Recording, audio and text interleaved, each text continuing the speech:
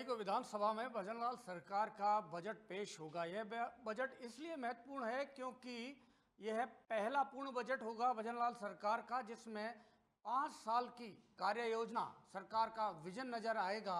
और इस बजट से पूरे प्रदेशवासियों को काफ़ी उम्मीद है। खास तौर से उद्योग और व्यापार क्षेत्र के लोगों को इस बजट से ज़्यादा उम्मीदें हैं और इसके लिए सरकार ने एक बैठक भी बुलाई थी जिसमें प्रदेश भर के तमाम औद्योगिक और व्यापारिक संगठनों से बजट के लिए सुझाव लिए थे। इसमें मुख्यमंत्री के साथ वित्त मंत्री दिया कुमारी और तमाम आला अधिकारी मौजूद थे। हम अब पहुंचे हैं राजस्थान प्लास्टिक मैन्युफैक्चरर्स एसोसिएशन के ऑफिस में और यहाँ पर जो बहुत बड़ा ये सेक्टर है प्लास्टिक का करीब 20,000 करोड़ की ये इंडस्ट्री है और 5 लाख से ज़्यादा लोगों को इस इंडस्ट्री से रोजगार मिलता है। और एक बड़ा इवेंट भी ये राजप्लास्ट करते हैं जिसके माध्यम से देश और विदेश में यहाँ के उत्पादों को प्रदर्शित करने का अवसर मिलता है। तो एक बड़ा एसोसिएशन है, उसके पदाधिकारी हमारे साथ हैं और इससे जानेंगे कि प्लास्टिक इंडस्ट्री के साथ और भी राजस्थान के औद्योगिक विकास के लिए इस बजट में किस तरह के प्रावधान होने चाहिए, इस पर हम ये चर्चा करेंगे। और चर्चा की शुरुआत सबसे पहले PMAR के जो अध्यक्ष हैं श्रवण शर्मा जी, इन्हीं से करते हैं। और हाल ही में श्रवण जी को एक बार फिर से इस एसोसिएशन का अध्यक्ष चुना गया है। तो श्रवण जी आपको बधाई हो, शुभकामना। इसके साथ ही क्योंकि अब नई सरकार है, इसके अलावा आपके ऊपर भी एसोसिएशन की नई जिम्मेदारी है। तो क्या उम्मीद करते हैं कि आपका एसोसिएशन आगे बढ़े, प्लास्टिक इंडस्ट्री आगे बढ़े राजस्थान में, तो सरकार बजट में क्या करे ऐसा? थैंक यू शर्मा जी, आपके समाचार प्लस के माध्यम से हमें बहुत सारी बातें कहनी हैं सरकार को। हमारी प्लास्टिक मैन्युफैक्चरर एसोसिएशन राजस्थान, जिसके के करीब 1500 मेंबर हमारे ऑल ओवर राजस्थान में हैं, करीब 10,000 यूनिट हमारी डिफरेंट आइटम की प्लास्टिक की जो है, चाहे वो रिसाइकलिंग हो, चाहे वो मैन्युफैक्चरिंग में प्रोसेसिंग के सब टाइप की यूनिट जो है ऑल ओवर राजस्थान में 10,000 यूनिट हमारी यहाँ पे है, जिसका करीब 15,000 करोड़ का बिजनेस होता है। 20 lakh employment direct indirectly employment है। तो एक बड़ा सेक्टर है प्लास्टिक का। और प्लास्टिक का आपको जैसे मैंने पहले बताया है कि इसका कोई विकल्प नहीं है, इसका हम समाधान कर सकते हैं। हम पर्यावरण को लेके जो दिक्कतें हैं वो हमें भी पता है, लेकिन पर्यावरण को ध्यान में रखते हुए प्लास्टिक के साथ हम फ्रेंडली कैसे हम अपने जीवन यापन कर सकते हैं, इन सब बातों को हमने गवर्नमेंट को, राज्य सरकार को हमने संज्ञान में डाला है कि कैसे हम इस प्लास्टिक को फ्रेंडली माहौल में इसको लेके और कैसे हम इसको आगे बढ़ाएं ताकि प्रोडक्शन बढ़े, एम्प्लॉयमेंट बढ़े, गवर्नमेंट का रेवेन्यू बढ़े। इस संदर्भ में हमने राज्य सरकार को लिखित में भी दिया है। और 19 जून को जब मुख्यमंत्री जी के साथ हमारी एसोसिएशन की मीटिंग में हम लोग गए थे, तब हमने कुछ मेन पॉइंट उनको बताया भी था। मुख्यमंत्री जी ने, वित्त मंत्री जी ने, इंडस्ट्री मिनिस्टर, राज्य इंडस्ट्री मिनिस्टर अरोड़ा जी ने, सब लोगों ने हमारी बातें बड़ी गौर से सुनी, बहुत ध्यानपूर्वक सुनी और उन्होंने आश्वासन दिया कि हम इन सब बातों को हमारे बजट में सम्मिलित करने का पूरा भरपूर प्रयास करेंगे। तो ये बजट में, लेकिन मैं आपसे एक और बात, क्योंकि मैंने 15,000 करोड़, मैंने 20,000 करोड़ कहा, आपने 15,000 करोड़ कहा, लेकिन अभी भी ये अनुमान है कि एक स्टडी बताती है कि ये लगभग 20 लाख करोड़ पूरे देश में प्लास्टिक इंडस्ट्री हो सकती है। यदि उसका 10% राजस्थान में माने तो यहाँ 2 लाख करोड़ होना चाहिए। तो अभी भी देखा जाए तो ये इंडस्ट्री में संभावनाएं काफ़ी ज़्यादा है, लेकिन अभी भी जिस स्तर पर होना चाहिए राजस्थान में इंडस्ट्री उस स्तर पर पहुँची नहीं है। संभावनाएं यहाँ पे बहुत है। राजस्थान में एक सिंपल एक सेक्टर है HDP पाइप्स यूनिट का, PVC पाइप यूनिट का, जो कि PHD डिपार्टमेंट प्रोक्योरमेंट करता है डायरेक्टली इनडायरेक्टली थ्रू कॉन्ट्रैक्टर। अभी राज्य सरकार ने रिसेंटली कहा है कि 19,000 करोड़ के हम जल जीवन मिशन के टेंडर्स करने जा रहे हैं, जो कि करीब 16 जून को ऑलमोस्ट इनकी कंप्लीशन हो गए और आगे आने वाले टाइम में इसके वर्क ऑर्डर्स वगैरह होंगे। तो 19,000 करोड़ के जो टेंडर्स हैं उसमें मैं एसडीपी का हमारा जो प्लास्टिक का पॉलीमर की जो बात करता हूँ, वो पॉलीमर करीब करीब 4,000 करोड़ के पॉलीमर उसमें कंज्यूम होना है। 4,000 करोड़ का मतलब कि 2 लाख टन मटेरियल पॉलीमर जो है, चाहे वो रिलायंस हो, चाहे गेल हो, चाहे हल्दिया हो, चाहे इंडियन ऑयल हो, हमारी जो डिफरेंट रिफाइनरी है, एचएमईएल हो, मित्तल हो, इन सब रिफाइनरी के माध्यम से ही उस मटेरियल का उसमें एक सेक्टर में ये कंज्यूम होना है, वो भी राजस्थान में। ऑल ओवर इंडिया बेस तो बहुत ज़्यादा है, तो राजस्थान में इसकी संभावनाएं ये है। इसके अलावा अमृत योजनाएं जो चल रही, अमृत योजना आ रही है जिसमें सीवरेज का है, वाटर, ड्रिंकिंग वाटर का है, उसमें बहुत सारा कंजम्पशन होना है। ईआरसीपी की योजना है जिसके अंदर हर, जैसे यहाँ घर में कनेक्शन दे रहे हैं वैसे हम हर खेत में कनेक्शन देने की बात कर रहे हैं। अभी मुख्यमंत्री जी ने इसकी घोषणा की है कि ईआरसीपी की योजना में 50,000 करोड़ का बजट होना है। उसमें प्लास्टिक का जो पॉलीमर का है, वो पाइप इंडस्ट्री का बहुत बड़ा महत्व है कि हर खेत में पानी कनेक्शन पहुँचेगा, वो एचडीपी पाइप्स के माध्यम से ही कनेक्शन पहुँचेगा। इसमें बहुत सारे जो हमारे जो 19 ज़िले जो सम्मिलित किए गए हैं उसमें पानी पहुँचाना है, पॉलीमर का बहुत बड़ा योगदान है। इसी में मैं बता दूं आपको कि ड्रिप इरिगेशन है, स्प्रिंकलर इरिगेशन है, पौंड लाइनिंग के लिए जो सीएम साहब ने बड़ी घोषणा की है कि 5 लाख पौंड बनेंगे ऑल ओवर राजस्थान में। एक पौंड में करीब करीब 500 किलो पॉलीमर लगता है। जब एक छोटा पौंड तैयार होता है तो 5 लाख पौंड बनने में कितना पॉलीमर लगना है, वो भी प्लास्टिक की संभावना है। हम राजस्थान के अंदर बात करते हैं तो जो 2 लाख वाले जो आप फिगर बता रहे हो, वो फिगर यहाँ राजस्थान के लिए कोई ज़्यादा नहीं है। हम आने वाले टाइम में ये अचीवमेंट आराम से कर सकते हैं। तो ये महत्वपूर्ण है क्योंकि ये जो इंडस्ट्री है केवल इंडस्ट्री देखेंगे कि इस सिंचाई का पूरा सिस्टम है, इसके अलावा जो जलदाय का जो पीएचईडी डिपार्टमेंट काम करता है, घर घर जो पानी पेयजल पहुंचाया जाता है, उसमें भी ये इंडस्ट्री सबसे ज़्यादा मददगार साबित होती है क्योंकि जो पाइप और दूसरा जो तमाम जो सिस्टम है वो इनके यहाँ से ही तैयार होता है, इस जुड़े हुए हैं। आप बताइए कि आप क्या करते हैं, क्या इंडस्ट्री है आपकी? पहले अपने बारे में बताइए, फिर आपसे बात करेंगे सरकार आपके लिए क्या करे। मैं विनोद कुमार अग्रवाल, श्री श्याम पॉलीमर के नाम से मेरी फैक्ट्री है। हम ये लाइनर बनाते हैं प्लास्टिक के, ये और ये हर पैकिंग में काम आता है। इस प्लास्टिक के पैकिंग वगैरह इसका कोई काम नहीं होता है। कोई भी आइटम है बिना इसके पैकिंग हो नहीं सकती है, और इनके गवर्नमेंट के पास में कोई दूसरा इसका साधन नहीं है कि जो इससे पैकिंग हो सके। ऐसी कोई समस्या या ऐसा कोई आप सुझाव देना चाहेंगे बजट के लिए कि सरकार आपकी मदद करे, आपका व्यापार और आगे बढ़े? सरकार से सोलर की करनी चाहिए, सोलर में सब्सिडी देनी चाहिए सरकार को। सब इसमें इंडस्ट्रीज में सब्सिडी नहीं मिल रही है, तो गवर्नमेंट को उद्योग में जितनी सब्सिडी देगी उतने उद्योग ज़्यादा पनपेंगे, व्यापार बढ़ेगा उससे। एक महत्वपूर्ण इन्होंने सुझाव दिया है कि सोलर में सब्सिडी मिलनी चाहिए। प्रधानमंत्री नरेंद्र मोदी ने अभी सूर्योदय और सूर्यघर योजना शुरू की है। हालांकि उद्योगों के लिए पहले से भी सोलर की योजनाएं हैं, और जो औद्योगिक प्लांट है उनके ऊपर सोलर प्लांट लगता है, उससे उद्योग की भी जो बिजली है उसकी आपूर्ति होती है, और उसके साथ साथ में यदि जो सरप्लस ऊर्जा है वो उसको ट्रांसमिशन भी किया जा सकता है, दूसरी जगह भी सर्कुलेट किया। लेकिन इसमें कई सारी तकनीकी खामियां हैं जिसके ऊपर सरकार यदि काम करे तो बिजली की जो कटौती है, कमी है, उससे भी मुक्ति मिल सकती है। एक अच्छा सुझाव है, सरकार शायद इस पर काम करेगी। गट्टानी जी है, महासचिव हैं पीएमआर के, और एक थिंक टैंक है, काफ़ी अच्छा ये अपना एक विचार रखते हैं औद्योगिक विकास के लिए। इनसे बात करेंगे।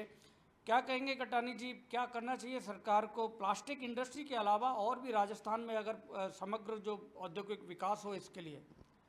समग्र विकास के लिए जैसे रिको अपने औद्योगिक एरिया काटता है, तो आजकल क्या हो गया, रिको सब चीज़ का ऑक्शन करता है। जो कुटीर उद्योग है, एमएसएमई है, वो उस ऑक्शन में उतनी ऊंची रेट में ले नहीं पाते हैं। उनके लिए रिजर्व प्राइस में देना चाहिए, फर्स्ट इन फर्स्ट आउट में नए इंडस्ट्रियल काट के, और उनको रिजर्व प्राइस में लॉटरी के हिसाब से देना चाहिए। और गवर्नमेंट स्कीमें तो बहुत लाती है, लेकिन स्कीमें इम्प्लीमेंट होती नहीं है। जैसे सब्सिडी दी जाती है इंटरेस्ट पे, जो लोन लेते हैं नए इंडस्ट्री वाले, लेकिन वो आती नहीं है। साल साल भर तक इंटरेस्ट की सब्सिडी आती नहीं है। इतने में तो लोगों के सब कुछ बिक जाते हैं, सामान बिक जाता है। प्रधानमंत्री रोजगार योजना में जो सब्सिडी मिलती है लेडीज़ के लिए ग्रामीण एरियो में 35% मिलती है, जेंट्स के लिए 25% मिलती है, और शहरी एरियो में लेडीज़ को 25% और जेंट्स को 15% मिलती है।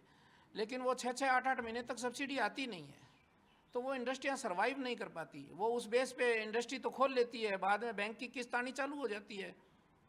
और बैंकें भी क्या करती है कि जैसे जीएसटी लगता है इन मशीनों पे, 18% जीएसटी है, लोन देती है ओरिजिनल अमाउंट का 75%, तो 25% तो उसका वो लग गया, 18% जीएसटी, उसको तो 43% पार्टिसिपेशन करना पड़ गया। इतने पैसे होते नहीं हैं छोटे उद्योग लगाने वालों के लिए। तो उनको सोचना चाहिए, उनको जीएसटी में भी उनको 75% है जो लोन अवेलेबल होना चाहिए, और उस पर भी सब्सिडी उनको होनी चाहिए, नहीं तो वो सर्वाइव नहीं कर पाते। तो ये कोई भी जो उद्योग शुरुआत होती है उसे तभी उसे ज़रूरत होती है, उसे हैंड होल्डिंग की ज़रूरत होती है, सहयोग की ज़रूरत होती है, और यदि वो इस्टेब्लिश हो जाता है तो उसके पास अपना एक कैपिटल होता है, तो तब शायद उसे वो उतनी ज़रूरत ना हो। तो सरकार को कम से कम ये करना चाहिए कि जो नई यूनिट्स हैं, नए उद्योग हैं, यंग एंटरप्रेन्योर्स हैं, उनको प्रॉपर वे में ये योजनाओं का लाभ मिलना चाहिए। गट्टानी जी ने बहुत ही अहम सुझाव ये दिया है। आप बताइए सर, क्योंकि ज़्यादातर ये सभी लोग यहाँ पर प्लास्टिक इंडस्ट्री से जुड़े हुए हैं, लेकिन फिर भी अगर आप उसमें क्या ब्रांच है आपकी, किस तरह से क्या काम करते हैं, किस तरह की इंडस्ट्री से आप जुड़े हुए हैं, फिर आपसे हम सुझाव पर बात करेंगे। मैं चोमू से हूँ, सीताराम चौधरी मेरा नाम है। मेरी कंपनी है Ganga sprinkler pipe private limited. मैं एग्रीकल्चर के आइटम बनाता हूँ, मैन्युफैक्चरिंग करता हूँ, जैसे drip irrigation, mini sprinkler, sprinkler pipe, HDP pipe, PVC pipe, और कई आइटम बनाता हूँ। जो आईएसआई प्रोडक्ट है उसमें गवर्नमेंट सब्सिडी भी देती है, और सभी हमारे दूसरी फैक्ट्री वालों को भी गवर्नमेंट सब्सिडी देती है। थोड़े सा मैं आपके चैनल के माध्यम से गवर्नमेंट से रिक्वेस्ट करता हूँ कि हमारे सभी भाई, सभी फैक्ट्री वाले थोड़े से पेमेंट की वजह से परेशान रहते हैं, टाइम पे सब्सिडी नहीं मिलती उसको। अगर टाइम से सब्सिडी मिल जाए टाइम, तो हम व्यापारी, सभी व्यापारी परेशान नहीं होकर गवर्नमेंट से कंधा मिला के हम काम करते हैं। किसानों का 100% हम भला करते हैं, किसानों से डायरेक्ट जुड़े हुए हैं। 400-500 किलोमीटर के अंदर हमारी टीम घूमती है, हम घूमते हैं, सब डोर टू डोर काम करते हैं और सही वाजिब काम करते हैं। तो एक महत्वपूर्ण इन्होंने ये अपनी बात कही है, क्योंकि सरकार की योजनाएं काफ़ी होती हैं, उनका इम्प्लीमेंटेशन धरातल पर नहीं होता जिस तरह होना चाहिए। किसानों के लिए ये सब्सिडी मिलती है और ये सिंचाई से संबंधित उपकरण बनाते हैं, लेकिन इनको जो सब्सिडी समय पर नहीं मिलती और इनकी लागत उसमें खप जाती है तो बड़ी परेशानी होती है। तो ये एक ऐसी समस्या है जिसको सरकार, नई सरकार है, उसे दूर करना चाहिए। तो अभी ये हमारी चर्चा जारी है, लेकिन वक्त है छोटे से ब्रेक का।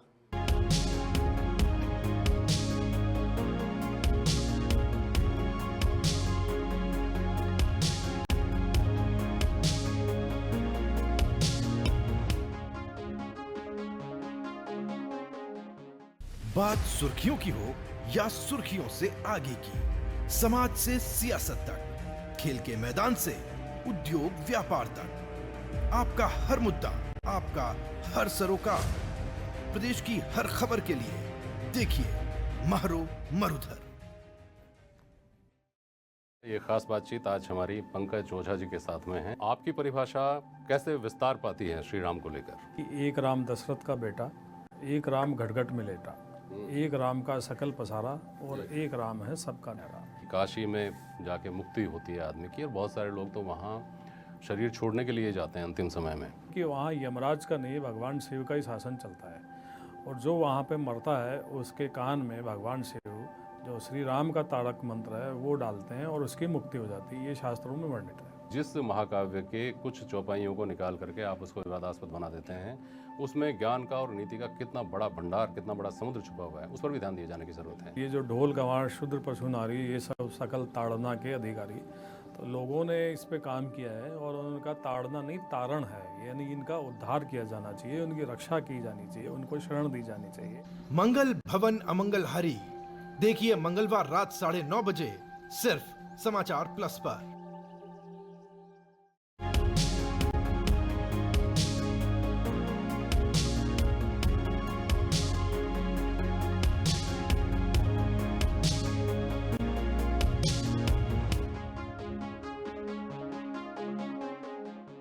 आपका स्वागत है। प्लास्टिक मैन्युफैक्चरर्स एसोसिएशन राजस्थान के कार्यालय से आगामी बजट पर हमारी ये बड़ी चर्चा जारी है। मैं आपको बता दूं, पीछे ये एक स्टैंडी है जहां पर राज प्लास्ट का ये इन्होंने डिटेल लिखी हुई है। ये पिछले साल सितंबर में आयोजन किया गया था इसका, और ये एक भव्य और शायद इस तरह औद्योगिक जो प्रदर्शनियां हैं उनमें एक अपने आप में कीर्तिमान है कि पहली ही इस तरह की प्रदर्शनी में इतने सारे विजिटर और एग्जीबिटर आए, और ये इस तरह से किसी एसोसिएशन की ओर से की गई राजस्थान की सबसे सफल प्रदर्शनी है।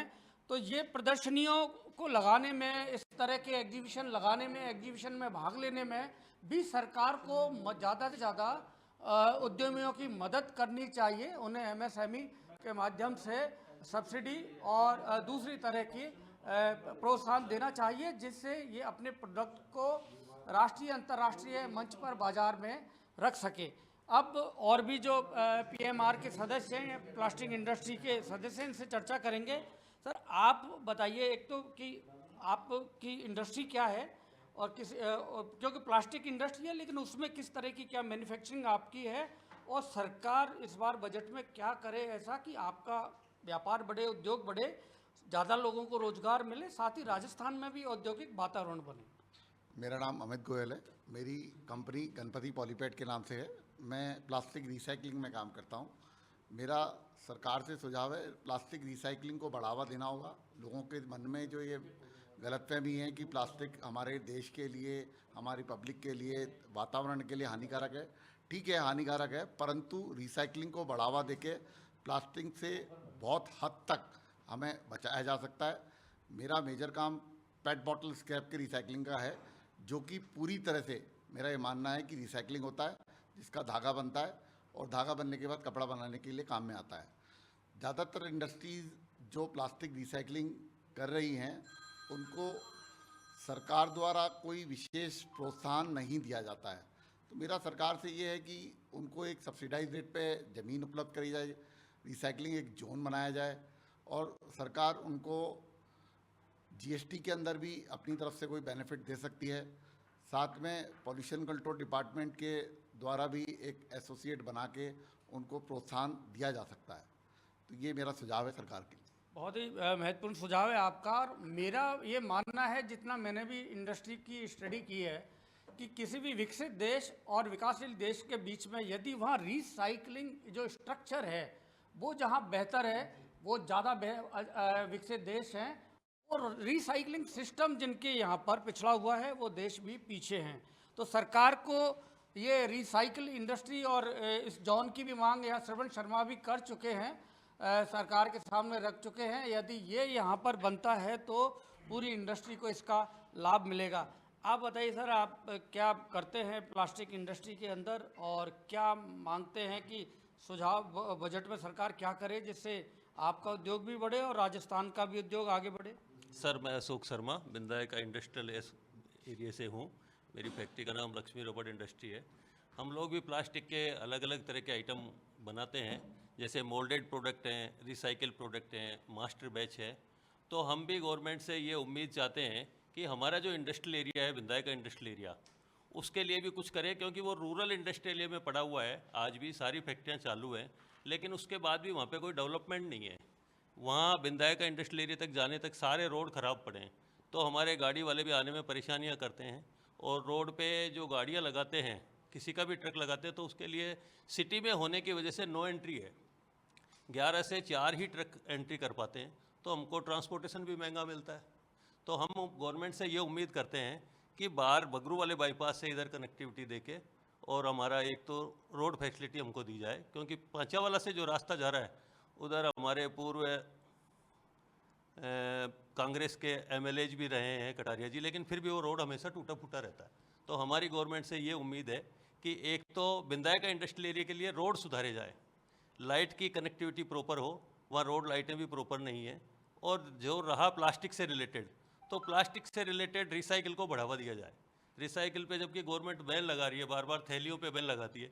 हम मानते हैं कि थैलियों से प्रदूषण फैलता है, लेकिन उसका एक माइक्रोन फिक्स करके खुली छूट दी जाए। उसके बदले में क्या है, कुछ छोटी यूनिटें हैं जो बंद हो रही है, बस यही मेरी उम्मीद है। तो इसमें इन्होंने अपनी जो इंडस्ट्री है, जो अपना सेक्टर है, उसकी समस्या भी रखी है, लेकिन साथ ही इन्होंने अपने जो विधायक का औद्योगिक क्षेत्र है उसकी समस्या रखी है।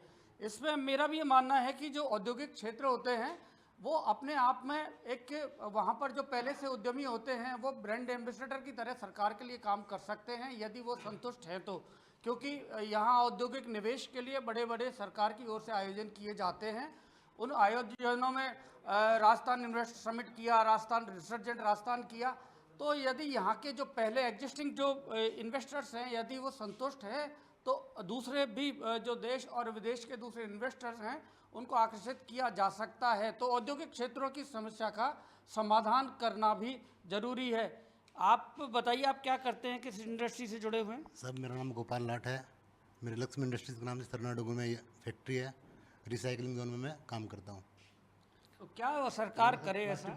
प्लास्टिक के दाने का काम है सर जी। हमारा जो सरनाडुंगर है वो बहुत मतलब बैक एरिया में है। वहाँ पे जो रोड कनेक्टिविटी है, जो रेलवे फाटक है, नाडी का फाटक और बेनाट फाटक, उस पर जाम की समस्या बनी रहती है। तो ना तो उसमें जो ट्रक वगैरह ट्रांसपोर्टेशन लाइन है वो बिल्कुल बाधित रहती है, 2-2 घंटे जाम की स्थिति बनी रहती है। सरकार से अपेक्षा है कि उसके ऊपर एक फ्लाईओवर बना दिया जाए तो उससे आने जाने की सुविधा जो उससे आराम मिल जाएगा हमें। दूसरा, जो सरनाडुंगर में ज़मीन का जो रेट है वो बहुत हाई है, तो सरकार छोटे उद्योगों के लिए, प्लास्टिक उद्योगों के लिए रिसाइकलिंग जोन कुछ अलग से काट दे तो उससे छोटे व्यापारियों को राहत मिल जाए।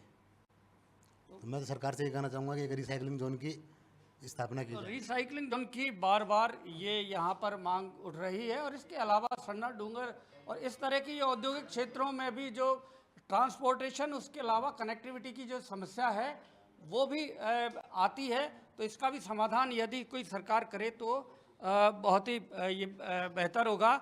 अब एक बार मैं अध्यक्ष श्रवण शर्मा के पास फिर से आना चाहूँगा। इसमें मैं आपने एक मांग रखी सरकार के सामने, इसमें जो स्किल और एक रिसर्च सेंटर के लिए आपने ज़मीन भी मांगी है, तो ये कितना ज़रूरी है? यहाँ पर जो रिसर्च सेंटर आपका बनेगा और किस तरह का रिसर्च होगा, क्या स्किल डेवलपमेंट उसमें होगा? देखिए, आप अभी हमारे ऑफिस को देख रहे हैं, जहाँ पे 1500 मेंबर की स्ट्रेंथ हो, जहाँ पे 10,000 यूनिट हो, मेंबर डे हर ईयर टू ईयर मेंबर्स बढ़ते जा रहे हों,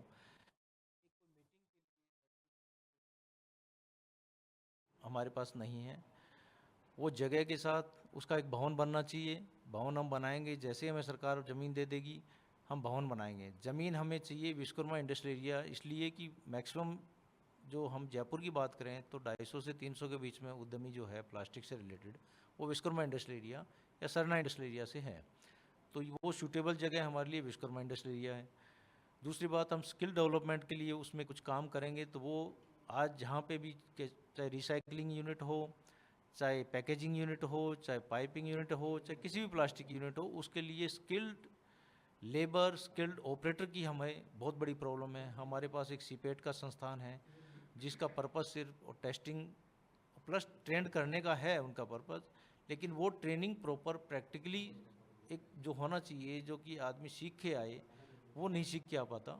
उनको थ्योरेटिकल समझाया जाता है, लेकिन हम चाह रहे हैं कि हमारे पास जो जगह होगी उसमें हम स्किल्ड करेंगे। हम वहाँ पे मशीनरी के थ्रू, हमारे आदमियों के थ्रू एक्चुअल में जो पर्पस क्या है हमारा, उस पर्पस से हम उसको ग्राउंड लेवल पे सिखाएं कि इस तरीके से ऑपरेटर बनाया जाता है। तो कम से कम मान के चलते हैं कि हर साल हम एक अच्छे खासा एम्प्लॉयमेंट इसके ज़रिए भी दे सकते हैं। सरकार को हम ये बताना चाहेंगे कि इसके ज़रिए एम्प्लॉयमेंट आएगा और क्वालिटी का एक सुधार होगा, जिससे कि सरकार पे वजन कम होगा और हमारा एक भवन की जो ज़रूरत है वो ज़रूरत इससे पूरी हो जाएगी। तो ये हमारी एक मांग है। इसके साथ मैं कहना चाहूँगा, जो रिसाइकलिंग जोन के लिए मैंने जो मांग रखी थी हमने वहाँ पे, उस मांग में हमारी इंडस्ट्री मिनिस्टर साहब से बात हुई है। उन्होंने पूछा भी है कि आपको कितनी लैंड की रिक्वायरमेंट होगी, तो हमने कहा जी कम से कम 1000 एकड़ ज़मीन जो है जयपुर के 50-60 किलोमीटर के दायरे में, जहाँ की फर्टाइल लैंड नहीं हो, आइडल लैंड हो, ऐसी लैंड अगर हमें मिल जाएगी तब भी काम चलेगा। लेकिन पानी, बिजली और एटीपी प्लांट, इस तरीके की सुविधाएं वहाँ पे डेवलप हो, तो सारे जो रिसाइकलर हैं वो सब के सब आप अगर रियायती दर पे वहाँ पे ज़मीन देंगे, वहाँ अपनी इंडस्ट्री इस्टेब्लिश करेंगे, जयपुर से पोल्यूशन बाहर हो जाएगा। ऐसे पहले आप स्टार्टिंग जयपुर से कर सकते हैं, फिर आप जोधपुर, बीकानेर, उदयपुर, कोटा, भिवाड़ी, हम हर संभागीय क्षेत्र पर इस काम को करेंगे। तो हम इसको प्लास्टिक के जो पोल्यूशन की जो समस्या है उससे 100% निजात पाएंगे और एक स्वच्छ राजस्थान का हम सपना साकार करेंगे। इस बात ये एक जो PMR की मुहिम है कि यदि यहाँ पर रिसाइकलिंग जोन एक जयपुर से इसकी शुरुआत की जा सकती है, इसके बाद में जो दूसरे संभाग स्तर पर भी इस तरह के जोन। इसके अलावा इन्होंने एक रिसर्च सेंटर की भी मांग की है। सरकार यदि ज़मीन मुहैया कराए तो ये एसोसिएशन इस तरह का रिसर्च सेंटर यहाँ राजस्थान में बना सकता है, जो आगे जाके और यहाँ बहुत सारे जो इंडस्ट्री है और साथ ही युवाओं को मददगार साबित करे। एक और बात मैं गट्टानी जी हैं जनरल सेक्रेटरी से जानना चाहूँगा। गट्टानी जी, एक सवाल प्लास्टिक इंडस्ट्री पे हमें है प्रदूषण का, पॉल्यूशन का, कि पर्यावरण प्रदूषण होता है, क्योंकि ये ज़मीन में, मिट्टी में ये हमेशा से रहता है और ये मिलता नहीं है। तो क्या आप कहेंगे इसके लिए कि प्लास्टिक ये मिथ है या सच्चाई है? भाई, कोई भी प्लास्टिक का आइटम है वो सारा रिसाइकलेबल है। ऐसा कोई आइटम नहीं है जो रिसाइकिल नहीं होता हो। तो हम तो रिसाइकिल के लिए जोन की मांग करें कि रिसाइकिल को बढ़ावा मिले। रिसाइकिल सारी चीज़ हो जाएगी तो वेस्ट तो कुछ रहा ही नहीं। ऐसा कोई आइटम ही नहीं है जो रिसाइकिल नहीं हो, कोई भी आइटम हो। तो रिसाइकिल क्यों नहीं हो पाता? सब होते हैं लेकिन प्रॉपर वे में नहीं होते। प्रॉपर वे में गवर्नमेंट के गाइडलाइन के हिसाब से हमको कुछ छूट मिले प्रदूषण में और में, तब वो प्रॉपर वे में होंगे। होते सभी किस्म के काम हैं। जैसे जो गार्बेज जो चुनने वाले आते हैं वो ले जाते हैं, और इसमें गवर्नमेंट कोई सब्सिडी दे कि हाँ भाई कोई घर से इतना वेस्टेज देता है प्लास्टिक का तो उसको इतनी सब्सिडी देंगे या इतने पैसे देंगे, और वो जो रिसाइकिल जोन बन जाएगा वो ख़रीद लेंगे उसको, तो वो रिसाइकिल हो जाएगा।